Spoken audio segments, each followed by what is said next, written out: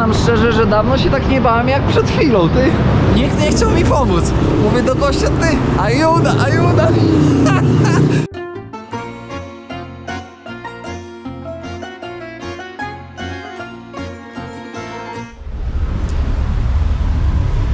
Witam Państwa bardzo serdecznie w czwartym odcinku z serii Gwatemala, jak to daleko. Zobaczcie na to. To jest nocleg, to jest w ogóle kontynuacja poprzedniego odcinka, ale zobaczcie w ciągu dnia, jak wygląda ta miejscówka lokalna za 15 zł nocka w hostelu lokalnym. Ja normalnie wszystko słyszę, co się dzieje w ogóle na ulicy, ale zobaczcie. Włączam światło, żeby było lepiej po prostu widać. Wbrew pozorom spałem do prawie 10, jest prawie 10 i pomimo takich, powiedziałbym, niewygód, ta blacha jest tak już nagrzana od słońca, że nawet sobie nie zdajecie sprawy. Te szczeliny ogólnie między deskami są najgorsze. Dlaczego? Ponieważ komary. Słuchajcie, ja tu normalnie mogę obserwować, co się dzieje na podwórku. Widzicie? Słuchajcie, wszędzie między deskami dziury. Dzieci biegają, wkładają palce, patrzą, więc prywaty zero. Zero prywaty. Ale tutaj jeszcze tajna technika zapobiegawcza bezpieczeństwa. Stołek na zasadzie, gdyby ten ktoś, nie wiem, bym spał twardo i ktoś by otworzył drzwi. Tam jest skobel, a ten skobel słabo trzyma, więc dałem jeszcze taki stołeczek, żeby mieć w razie czego informację, że ktoś się próbuje wbić. Ojejku. Moi drodzy, zaczynamy nowy odcinek. Zapraszam w drogę w kierunku stolicy kraju Gwatemali, czyli Guatemala City. Zostało 300 km. Nie wiem, czy to dzisiaj zrobię w tym odcinku, czy to się w ogóle uda dzisiaj zrobić. Szczerze to chyba wątpię. Musiałbym mieć naprawdę niesamowite szczęście i autostop musiałby iść jeden po drugim. Musiałyby być to dobre auta, a nie ciężarówki. Więc pamiętajcie, żeby zostawić łapeczkę, ślad węglowy, czyli komentarz i rzecz jasna podać odcinek dalej do swoich znajomych pocztą sandałową. To co, ja się zbieram.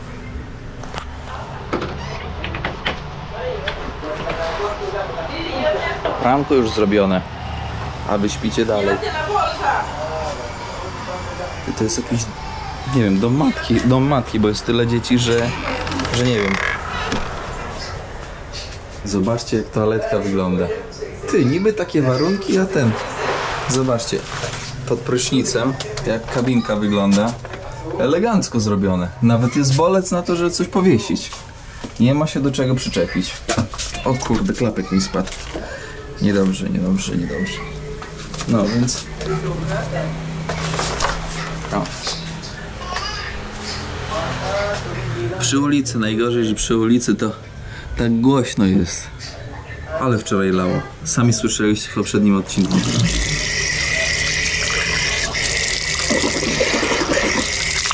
Nie jest źle, kierowniku. Można by było spać pod drzewem w namiocie, taką ulewę i dzisiaj właśnie o tym, że wszystko jest mokre.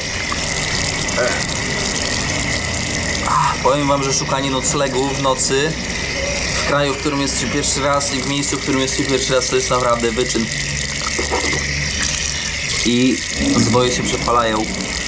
To nie jest takie przyjemne też, bo jest dyskomfort psychiczny. Wiecie, nad czym się zastanawiam? Nad tym, czy coś mnie pogryzło w nocy. Oczywiście się posmarowałem takim preparatem na komary, no bo tam te przestrzenie, no to na pewno przyciągnęły jakieś komarzyce. Ciekaw jestem, czy zostałem pogryziony. Jak zostałem pogryziony, to mam nadzieję, że nie przez komary malaryczne albo dengowe.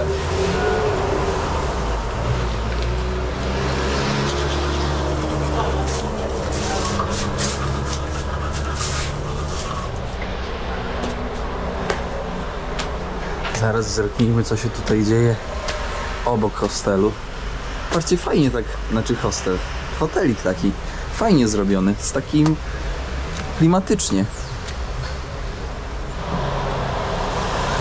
Czarinka leży, pilnuje, A my się próbujemy wydostać, moi drodzy, na wylotówkę przez miasto. O kurde, jaki żar. Żar jak nie wiadomo co. Kawał drogi na tą wylotówkę, no ale to nic. Damy radę.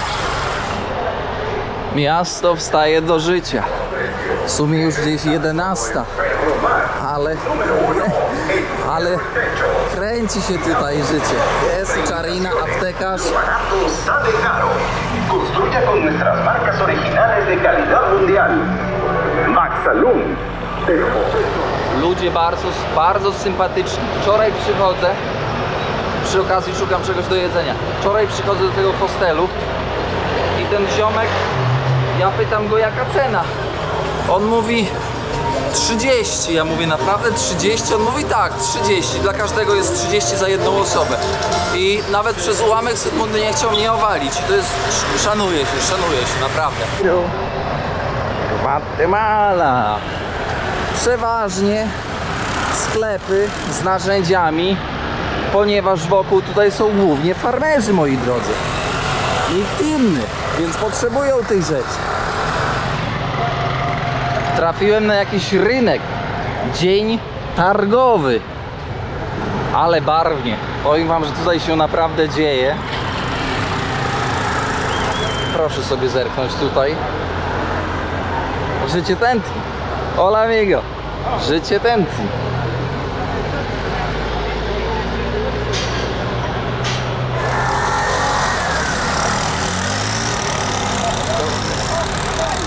Gdzie ja tutaj mogę coś zjeść? Pytanie za 200 punktów.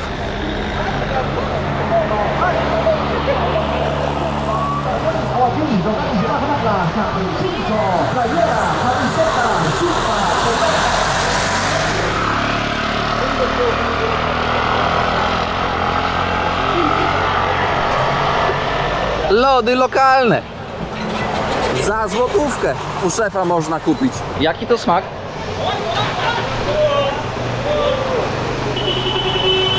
Nie wiem co to za smak. Zastrzelcie mnie. Ani to mleczne, ani to... Witam, ani to inny smak. Nie wiem. Bezsmakowe. Ale słabe to śniadanie. Czarinki też czekają na swoje śniadanie. Ale ich tutaj dużo. Ja pierdzielę. Rozmnażają się w sposób nieopanowany. Lokalna restauranta. Zajdę, zobaczę co mają. Nie dogadaliśmy się z panią. Kompletnie my się nie dogadali. Dobra, jadę sobie stopem. To jest taktyka. Łapiesz stopa, pytasz gościa i on cię po prostu normalnie pokazuje ci palcem, gdzie możesz sobie zjeść i tam jesz. Czujesz to? I to działa wszędzie na świecie. Czarinka na obejściu osiedla porannym. Ja naprawdę nie lubię być pesymistą, ale te 300 parę kilometrów, które mam dzisiaj zrobić, nie wiem czy to się uda. Wątpię. Powątpiewam, ponieważ no mamy takie warunki jakie mamy i trzeba się z tym po prostu pogodzić. No i kto złapał stopa? Kierownik!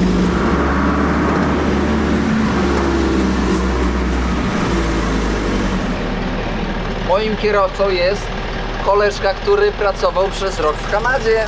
Czujecie to? Trochę po angielsku mówi. Fajnie, fajnie. I teraz jedziemy do Koban, gdzie ponoć temperatura jest niższa. Z takich jeszcze ciekawostek to wyobraźcie sobie, że kurzajka mi wyskoczyła.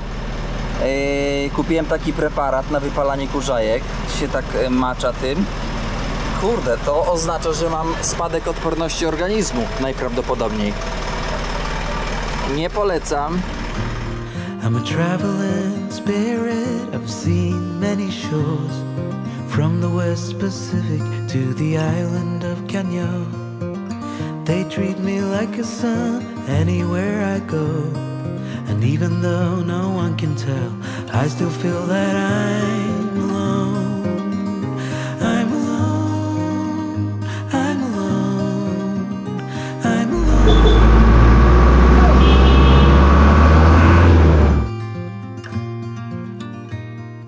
I have learned that no one else can carry this load. It's a train where I'm the only passenger on board. Oh, there is beauty to enjoy on this road. But even so, I still feel that I'm alone. I'm alone. I'm alone. I'm alone. Leave me stranded, I know how to handle it all on my own. Wspinamy się teraz na 1300 metrów, więc będzie chłodniej. Mam nadzieję, że będzie chłodniej.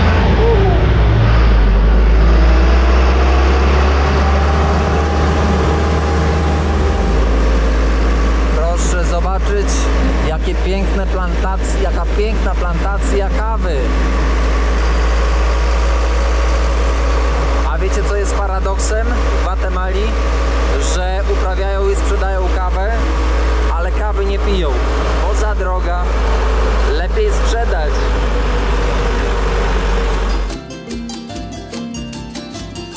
Que se casa una amiga y por eso llevas flores, pues yo soy la encargada de tarimas y tambores. To już miasteczko Koban. Mniej więcej 1300 metrów nad poziomem morza i czuć faktycznie, że jest tutaj po prostu chłodniej, ale przyjemnie jest, tak naprawdę przyjemnie.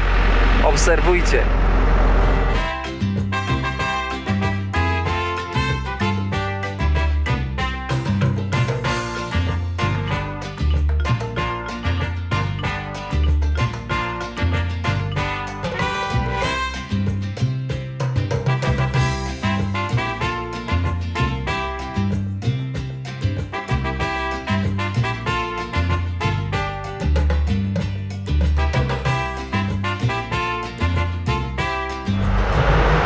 Koleżka odjechał, jechałem na tej pace Isuzu i słuchajcie, witam was w Kobano, mieście Kobano. Jedyne, o czym teraz marzę, to zjeść coś dobrego i napić się tutejszej kawy, coffee shop. No i muszą tutaj parzyć tą kawę, napijemy się, spróbujemy, ale najpierw jedzonko. Patrzcie na to, Banco Industrial Cayero. To jest bankomat tutaj w Gwatemali. Przyjecie to? Kurde, na plecach mi się nie domyka, ale spróbuję wypłacić hajs, zobaczymy. Tych kafeteryjek to tutaj trochę jest, ale powiem wam tak, znalezienie miejsca z jedzeniem nie jest takie proste. Czynnego miejsca z jedzeniem. Tutaj w restaurancie zamówiłem taki zestaw obiadowy i pan mówi tak, masz do wyboru albo kolę, bo w zestawie jest, albo kawę. Pytam, czy lokalna, mówi, że lokalna. No i to jest taki delikatny napar kawowy, który faktycznie dla większości was by nie smakował. To jest po prostu taki napar kawowy. Rozcieńczony, delikatny, fajny. Nie będę cukru dawać, żeby nie zabijać tego smaku, ale ciekaw jestem takiej prawdziwej, mocnej kawy, bo mówią, że tutaj ten smak ma taki smak czekoladowy, więc ciekaw jestem tego. Lubię te kolory. Tu są placuszki kukurydziane, proszę, tu jest miękko, ryż, makaron z jakąś szynką i z cebulką, tutaj coś pomidorowego i tutaj jakiś sosik pewnie ostry, smacznego. Placuszki ciężkie, zobaczmy jak mięsko. Fajnie zrobiona. Zobaczmy to, co to jest. Żecie pomidorowy. I to sosidło pewnie ostre. Piekielnie ostre. Od ulicy hałas, ale muszę przyznać, że to jedzenie było naprawdę bardzo dobre. Koszt około 13 zł. Idealnie. Zdałem sobie sprawę z tego, że nie pokazałem wam, jak wyglądają pieniądze tutaj w Gwatemali. No i pieniądze nazywają się quetzale. Ktoś zapyta, kierowniku, dlaczego quetzale? To jest od ptaka, który tutaj występuje, którego widzicie tutaj i który jest narodowym symbolem Gwatemali. No to jest piątka, 5 quetzali. Proszę bardzo, to jest nowszy. Tu mamy w monetach, jedynka, to jest 25 centavos. Mamy quetzale i mamy centavosy. Tu 50, 10, oczywiście ja to zbieram, więc nie wydam tego. Jaki tu jeszcze wam mogę pokazać? Tutaj jeszcze mam 20 quetzales. Nie, to nie jest 20. Co ty, kierowniku, tutaj ściemnia, że ty masz taki gruby hajs. Masz gruby hajs i nie ściemniaj. Zobacz. Proszę bardzo, prawie jak Napoleon wygląda. Przeważnie to mam 10 i 20, więc tutaj wam za dużo nie pokażę. No tego to już widzieliście, ten jest do mnie podobny. No i te monety, nawiązujące też do kultury Majów. Proszę. Tradycyjnie. Broń, ale o tym jeszcze opowiem. Na lewo, bielizna. Co ten ziomek tam... O kurczę, prawie nogę zwichnąłem znowu.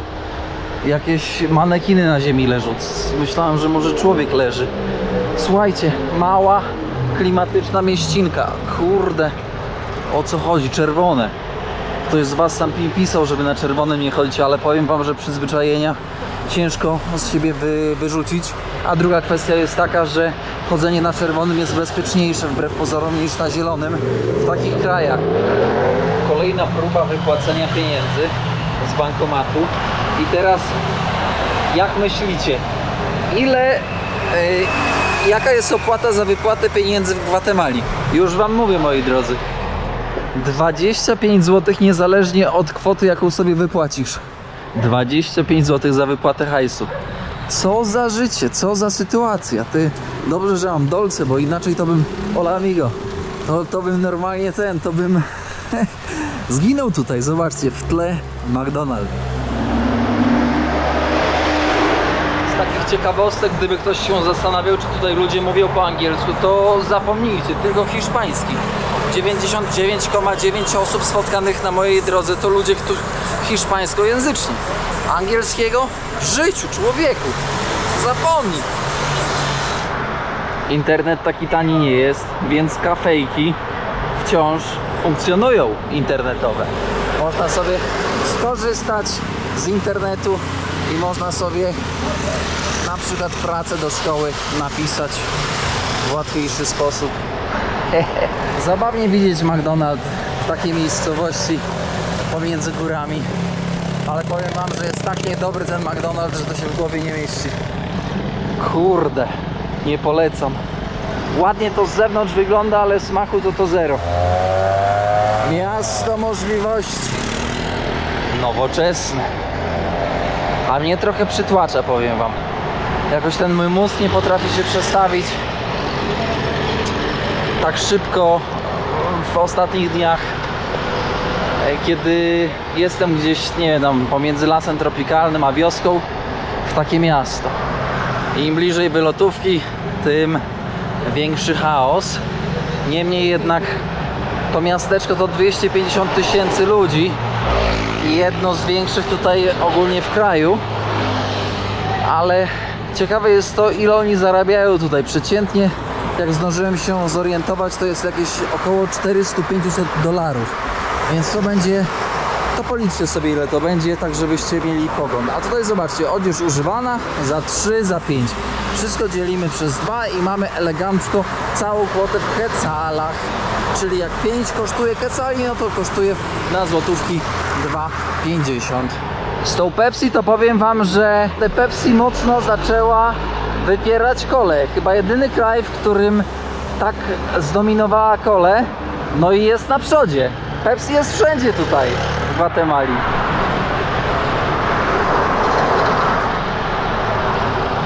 Chłopaki za dużo towaru przyjęli. My musimy przebiec. Śru.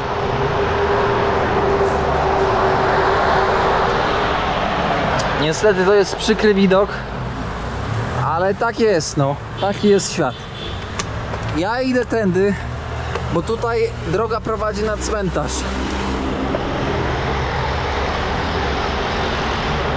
Ktoś sobie cygarety zapakował w straj taśmę. Sebuska. Jak znajdziecie pulpeta, to dzwońcie. Kurde, ale wzniesienie, ty. Nie sądziłem, że cmentarz będzie na tak wysoko usadowiony. Kurczę, szefowa. Zobaczcie jakie góry. Ja cię kręcę, co ja dla was robię. Ty, żeby wam cmentarz pokazać, czujesz to? Jest i on. Gwatemala uzyskuje tak zwany status czarkowego raju. O, buenos dias. O, ja nie wiem. Żebym ja dla was tyle się w życiu nałaził. A dajcie spokój. No nie. No nie. No nie. Amigo! Entranza? Entranda? Ziomek mówi, że tam musi być wejście mniejsze, ewakuacyjne. No daj Boże, żeby było, bo co to? Przyszedł zobaczyć cmentarz i co z cmentarza nie zobaczy? My friend, you are crazy. Słuchajcie, przeszedłem cmentarz dookoła i się nie da wejść. Zamknięty na kłódkę. Prawdopodobnie żule tutaj przychodzili i się w końcu wkurzyli, żeby im tutaj cmentarza nikt nie brudził. A to głupie, no. Mam nadzieję, że uda się gdzie indziej wam pokazać cmentarz, bo jest naprawdę kolorowy, ciekawy.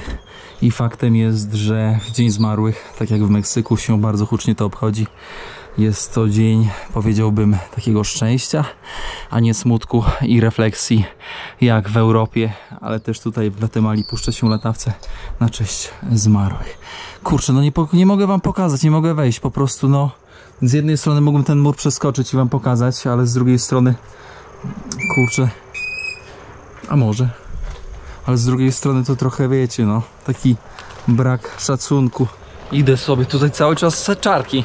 Jeden czarek jakiś taki się znalazł, powiedziałbym taki zaczepliwy, no i chciał mi powąchać kostkę. A jak widzę takiego niepewnego czarka przy mojej kostce i sandale, no to się sam czuję niepewnie. No i czarek się aktywował. Powiem wam, że no po takich miejscach to wy lepiej nie łaźcie. No ja pochodzę, posprawdzam, a wy się trzymajcie zdroworozsądkowych miejscówek. No nie. Leży kotlet taki rozwalony i zobaczycie, będzie burczał.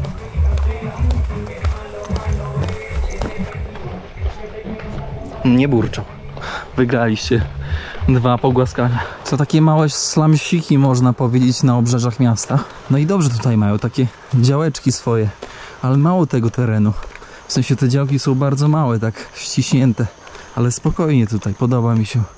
Chciałbym jeszcze dzisiaj przejechać 50 km, dotrzeć do takiego punktu, gdzie jest park narodowy, gdzie można usłyszeć i zobaczyć quetzala, ptaka narodowego, o którym wam mówiłem w trakcie pokazywania waluty, która nazywa się też quetzal. Ty, tego jeszcze nie grali. Jajeczna pizza. Czujecie to? Ja tego nie czuję. Idę łapać stopa.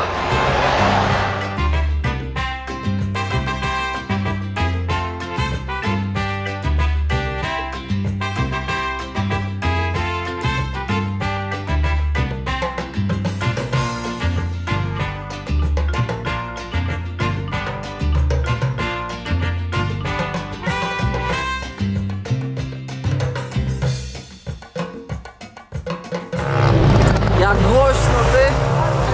Słuchajcie, w taktika jestem, ale gdzie mi się udało? Buenos tardes.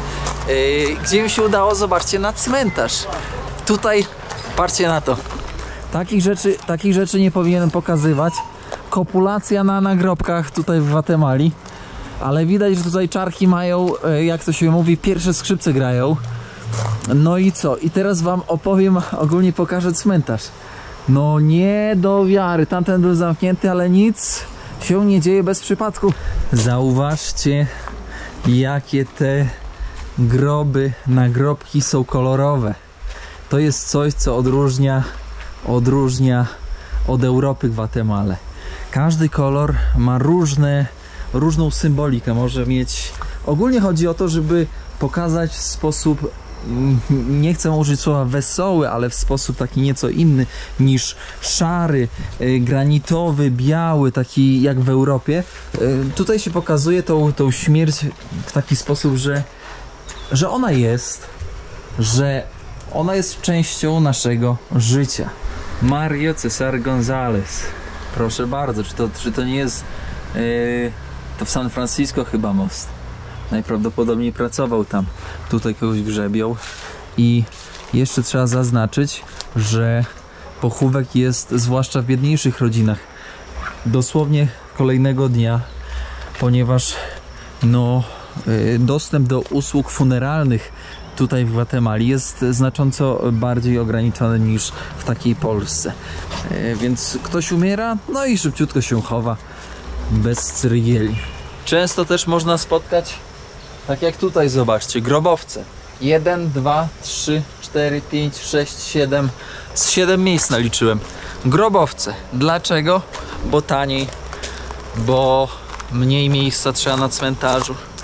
W Polsce z kolei też się trafiają grobowce, ale rzadziej. Dlaczego? Ze względu na to, że Europejczycy, Polacy indywidualiści. Tutaj bardzo ciekawy przykład takiego grobowca. Tutaj Victorio González, Luis, Armando, brat prawdopodobnie, kolejne miejsce na kolejne ciało, tu i tu też. Cmentarz chrześcijański, katolicki. A co to za perliczki tam siedzą? To nie perliczki oczywiście, ale nie wiem co to jest, co za ptactwo. No. Zobaczcie, tutaj cmentarzysko, tutaj wysypisko. Cała masa czarków, cała masa jakichś takich sępowatych. Ziomek co tam robi? Kumpel, dziku. Do wywiadu? Powiem wam, że ten obraz jest takim obrazem przerażającym.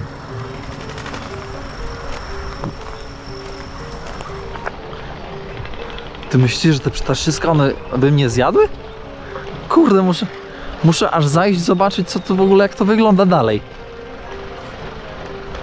Ewakuuję się, bo paczka psów, czarków mnie prawie dopadła. Przyznam szczerze, że dawno się tak nie bałem jak przed chwilą. Tyle tutaj psów. Jakiś gang na mnie napadł. I czajcie? Nikt nie chciał mi pomóc. Mówię do gościa, ty, ajuda. Dopiero ziomek mi pomógł. Ale beka. Budka telefoniczna. Ty, ale jaja. Pierwsza budka telefoniczna. Nie wiem od jakiego czasu, która działa. Zobaczcie, normalnie można zadzwonić, wykręcić numer.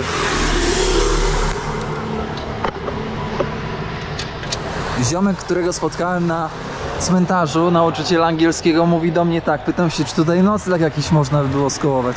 On mówi, nie ma problemu, tam jest nocleg, będzie kosztowało mniej więcej tam 70 kecali, ale dla ciebie to może być więcej, bo ty jesteś wysoki i biały, więc z ciebie mogą chcieć ściągnąć, więc musisz uważać i musisz, wiesz, tam dobrze negocjować. Jestem w pensjonario, tutaj. Pensjonario to taki hotelik. No i teraz zobaczcie, miałem do wyboru droższy pokój albo tańszy, więc wziąłem tańszy. Tutaj ogólnie bez szyby, ale łóżko taki, powiedziałbym, jak cela dla misjonarza. Ale jest git. Człowieku, jest źle, gicior. Łóżko, stolik do montażu, ale ja montować dzisiaj nie będę, bo jestem zmęczony. Dzisiaj to tylko jedzonko i wypoczynek. Nie jest źle, prawda? Łazienka, rzecz jasna, jest oddzielnie z toaletą, tam na zewnątrz. Tutaj te ubrania to są szalenie tanie. Od złoty 50 do 5 zł. Ja idę coś przekąsić na wieczór, żeby nie być głodnym. I pokażę wam trochę miasta, no. Tyle, ile będę mógł.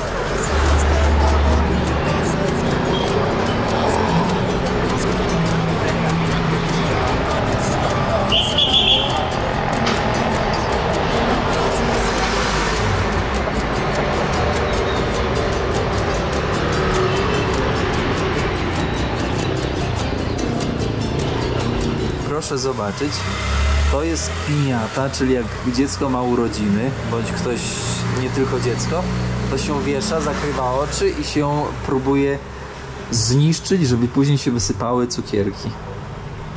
Ale piękne. Szanowni Państwo, na kolację dzisiaj quesadillas. Quesadillas to jest taki placek kukurydziany, tutaj wołowina, ser i różne warzywka, cebula tutaj z kolendrą. No i rzecz jasna, tutaj damy limonkę, bo limonka fajnie wpływa na smak. I teraz damy jeszcze troszkę sosu. O kurde, za grubo weszło, ale jest dobrze. I testujemy. Quesadillas.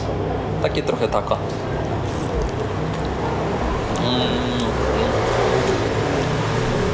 Myślałem, że będzie inaczej wyglądać,